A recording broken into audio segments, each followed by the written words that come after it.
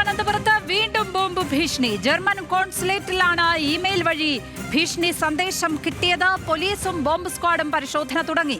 വിവരങ്ങളുമായി VS അനു ചേരുന്നു തിരുവനന്തപുരത്ത് നിന്ന്. അനു, ഇപ്പോൾ തലസ്ഥാനത്ത് ബോംബ് ഭീഷണി ഒഴിഞ്ഞിട്ട് സമയമില്ല എന്ന നിലയിലായല്ലോ അല്ലേ? രാവിലെ വിളിച്ചു നോക്കേണ്ട ഗതികേടാണ് പോലീസുകാരോട്.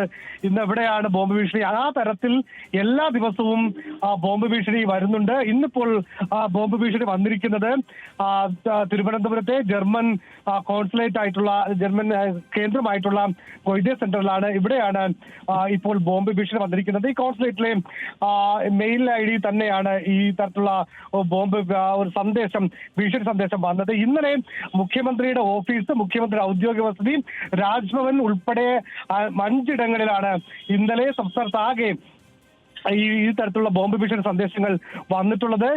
കഴിഞ്ഞ 3 ആഴ്ചക്കിടെ തിരുവനന്തപുരത്ത് മാത്രം 9 കേസുകൾ രജിസ്റ്റർ ചെയ്യുന്ന സാഹചര്യമുണ്ട്. 20ഓളം ഭീഷണി സന്ദേശങ്ങളാണ് കഴിഞ്ഞ ഒരാഴ്ചക്കുള്ളിൽ അല്ലെങ്കിൽ ഒരു 2 ആഴ്ചക്കുള്ളിൽ സംസ്ഥാനത്തൊട്ടാകെ ഉണ്ടായിട്ടുള്ളത്. ഇത് ഇങ്ങനെ നിരവധി കേസുകൾ ഉണ്ടാകുന്നു എങ്കിൽ പോലും ഒരു അതായത് ഈ ഏത് തരത്തിൽ ഒരു പോലും പിടികൂടാൻ വേണ്ടി പോലീസിന് കഴിയുന്നില്ല. സൈബർ സെക്യൂരിറ്റി ഓപ്പറേഷൻ SP ആയിട്ടുള്ള അങ്കിത് അശോകിന്റെ നേതൃത്വത്തിൽ ഇന്നലെ ഒരു പ്രത്യേക അന്വേഷണ സംഘത്തെയൊക്കെ തീരുമാനിച്ചിരുന്നു. അതിനിടെയാണ് ഇപ്പോൾ മറ്റൊരു ഭീഷണി സന്ദേശം കൂടി ഇപ്പോൾ വന്നിരിക്കുന്നത്. ലക്ഷ്മി.